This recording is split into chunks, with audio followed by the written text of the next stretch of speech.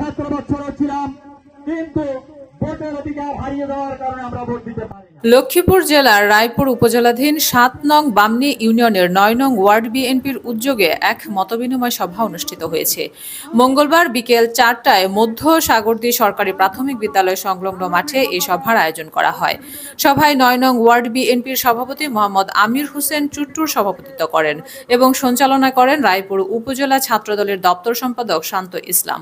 এতে প্রধান অতিথি হিসেবে উপস্থিত ছিলেন লক্ষ্মীপুর ২ আসনের সাবেক সংসদ সদস্য আবুল খায়ের ভূঁইয়া এবং রায়পুর উপজেলা বিএনপির সভাপতি ZM নাজমুল ইসলাম মিঠু।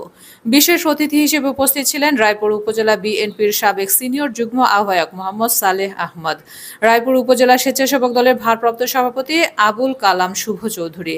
এছাড়াও আরও উপস্থিত ছিলেন ৭ নং বামনী ইউনিয়ন বিএনপির সভাপতি মোহাম্মদ আলমগীর হোসেন সুপার, সাধারণ সম্পাদক মোহাম্মদ বাহারুল আলম বাহার, সাংগঠনিক সম্পাদক আবু সিদ্দিক চৌধুরী ও ইউনিয়ন বিএনপির সাবেক যুগ্ম আহ্বায়ক মোহাম্মদ জহিরুল ইসলাম সহ বিএনপি ও মহিলা বিএনপি অঙ্গ সংগঠনের বিভিন্ন পর্যায়ের নেতাকর্মী ও নেতৃবৃন্দ উপস্থিত ছিলেন। রায়পুর উপজেলার ৭ নং বামনী ইউনিয়নের ৯ নং ওয়ার্ড বিএনপির মতবিনিময় সভায় সাবেক লক্ষ্মীপুর ২ রায়পুর এর এমপি আবুল খায়ের ভূঁইয়া বলেন, কোনো ব্যক্তি, কোনো দল, কোনো মার্কা কাউকেই বেহেশতে নিতে পারে না। কত বড় মিথ্যুক দাঁড়িপাল্লায় নাকি ভোট দিলে নবী এবং রাসূল আল্লাহকে ভোট দেয়া। আল্লাহ কি ভোটে দাঁড়িয়ে? তাহলে তাদের কিসের ভোট দেব? এসব ভাওতাবাজি মানে মানুষকে ধোঁকা দেয়া। এসব ধর্ম ব্যবসায়ীদের বিরুদ্ধে ঐক্যবদ্ধ থাকার আহ্বান জানাচ্ছি। তিনি আরো বলেন, বাংলাদেশের মানুষের ভোটাধিকার প্রতিষ্ঠা করতে বেগম খালেদা জিয়া বিনা অপরাধে জেল খেটেছে। আপনাদের নিকট উদার্থ আহ্বান, আগামী নির্বাচনে বিএনপিকে ভোট দিয়ে জয়যুক্ত করতে হবে। বিএনপি যদি জয়লাভ করে তাহলে একটি আত্মনির্ভরশীল জাতি হিসেবে গড়ে তোলা হবে। অনুষ্ঠানে বক্তারা দলীয় কার্যক্রমকে সুসংগঠিত করার জন্য বিভিন্ন দিক নির্দেশনা প্রদান করেন। অভিনন্দন জানিয়ে আমি আমার সংক্ষিপ্ত বক্তব্য এখানে শেষ করছি। ইনশাআল্লাহ আপনাদের সাথে দেখা হবে। আপনাদের নেতা কর্মীদের যদি আমার ফোন নম্বর আছে, কোনো অসুবিধা হলে আপনারা জানাবেন। আমি 24 ঘন্টা ফোন ধরি, ফোন না ধরলে পর আমি ফোন ব্যাক করি। আমার অভ্যাস। ইনশাআল্লাহ আমার মা বোন আমার বাড়ি ফিরতে হবে, এই চিন্তাকে মাঝে উঠতে হবে।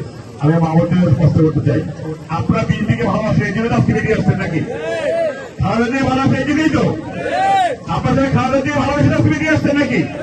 সুতরাং আগামী দিনে খালেদা জিয়ার প্রার্থী আবুল খায়ের মিয়া এবং তার মার্কা আশিস ঐক্যবদ্ধভাবে প্রত্যেকের বাড়িতে প্রত্যেক মা বোনদেরকে, প্রত্যেক বৃদ্ধ চাচাদেরকে বুঝাই আমরা আগামী ফেব্রুয়ারিতে প্রত্যেকের বাড়ির লোকগুলা নিয়ে এবং তারই শীতকে আমরা ভোট দিব। এই দেশে আমার মা বোন আমার বাড়ি ফিরতে হবে, এই চিন্তাকে মাঝে উঠতে হবে। আমি মা বোনদের স্পষ্ট করতে চাই, আপনারা বিএনপিকে ভালোবাসেন, এই জন্য আজকে বেরিয়ে আসছেন নাকি? খালেদা জিয়া ভালোবাসে এই জন্যই তো আপনাদের খালেদা জিয়া ভালোবাসে আজকে বেরিয়ে আসছেন নাকি? সুতরাং আগামী দিনে খালেদা জিয়ার প্রার্থী আবুল খায়ের মিয়া এবং তার মার্কা আশিস এবং যারা ইতিমধ্যেই অনেক কষ্ট করে আন্দোলন করে সংগ্রাম করে বেগম খালেদা জিয়ার বিরুদ্ধে মিথ্যা মামলা মোকদ্দমা দেওয়ার পরও উনি দেশের জনগণের জন্য, জনগণের ভোটাধিকার আদায়ের জন্য, জনগণের ভোটাধিকার যারা কেড়ে নিয়েছিল সেটা প্রতিষ্ঠা করার জন্য, ফিরিয়ে দেওয়ার জন্য উনি আন্দোলন সংগ্রাম লড়াই করতে গিয়ে বিনা কারণে, বিনা অপরাধে একটি মিথ্যা মামলা দিয়ে দীর্ঘদিন বেগম খালেদা জিয়াকে কারাগারে রাখা হয়েছে। সেখানে ওনার জন্য কোনো সুচিকিৎসার ব্যবস্থা করা হয়নি। ওনার জন্য কোন যে সম্মান পাওয়ার, যে সুযোগ সুবিধা পাওয়ার, সেটা থেকে বঞ্চিত করা হয়েছে। যার জন্য উনি অত্যন্ত সেখানে অসুস্থ হয়ে পড়েছেন। আমরা বিভিন্ন দাবি দেওয়ার পরও সেই চিকিৎসার ব্যবস্থা করা হয়নি। কিন্তু আজ আল্লাহর রহমতে হাসিনা ফ্যাসিস্ট এদের থেকে জন উত্তালের মধ্য দিয়ে পালিয়েছে। আজকে বেগম খালেদা জিয়া যে আন্দোলন সংগ্রাম করেছিলেন, আমাদের শত শত নেতাকর্মী রক্ত দিয়েছে, জেল জুলুম খেটে এদেশের মানুষের এই অধিকার প্রতিষ্ঠা, ভোটাধিকার প্রতিষ্ঠার জন্য লড়াই করেছেন, সেই সুযোগ এসেছে। আপনাদের সকলের নিকট উদাত্ত আহ্বান, আগামী দিনে আমাদের বিশেষ করে আমাদের মা বোনদের এখন অগ্রণী ভূমিকা পালন করতে হবে। ইতিমধ্যে বিএনপি আগামী নির্বাচনে গেলে এদেশের মানুষের জন্য কি কি করবে, এর মধ্যে আমরা 31 দফা একটি কর্মসূচি দেওয়া হয়েছে।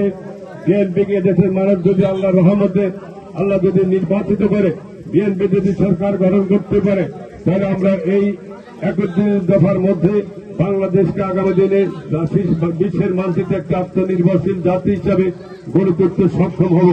সেই লক্ষ্যে বিশেষ করে আমাদের মা বোনদের জন্য একটি ফ্যামিলি কার্ডের ব্যবস্থা করা হয়েছে। এই মা বোনেরা সর্বোচ্চ সুযোগ সুবিধা পাবেন, তার মাধ্যমে ওইখানে উল্লেখ করা হবে আপনার কয়জন সন্তান সন্ততি আছে, কয়জন সন্তান সন্ততি বিদেশে আছে, দেশে আছে, কয়জন বেকারত্ব আছে, কয়জন শিক্ষা দিক থেকে উচ্চতর শিক্ষা গ্রহণ করার পরেও তারা কোন রকমের চাকরি পাচ্ছেন না। এখন আর চাকরির দরবারে আপনাদের দৌড়াদৌড়ি করতে হবে না, সরকার গ্রহণ করবে, সরকারের দায়িত্ব যাবে। যারা শিক্ষিত বেকার যুবক যুবতী তাদেরকে 1 বছর পর্যন্ত আমরা উপবৃত্তি দেওয়া হবে এবং ওই সময়ের মধ্যে তাদের জন্য চাকরির ব্যবস্থা করা হবে ইনশাআল্লাহ।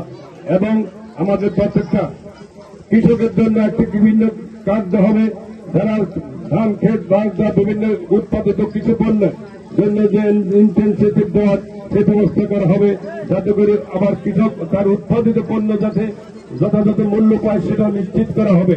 কোন রকমের ধোকা, কোন রকমের মাঝখানে মধ্যস্বত্বভোগী যাতে করে কোনো সুবিধা না পায়, কৃষক যাতে না ঠকে সেটা নিশ্চয়তা করা হবে।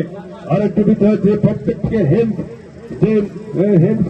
যে সার্টিফিকেট, সেই হেলথ সার্টিফিকেট থাকবে, সেই সার্টিফিকেট কার্ড থাকবে, সেই কার্ডের মাধ্যমে আপনি আপনাদের সুচিকিৎসার ব্যবস্থা করতে পারেন। বাংলাদেশে যে কোনো হসপিটালে গেলে আজকালকার যে হসপিটালের সরকারি যে বেহাল দশা। আব্দুল্লাহ আল মামুনের তথ্যচিত্রে জিন্নাতুন নাহার, চ্যানেল 21, লক্ষ্মীপুর।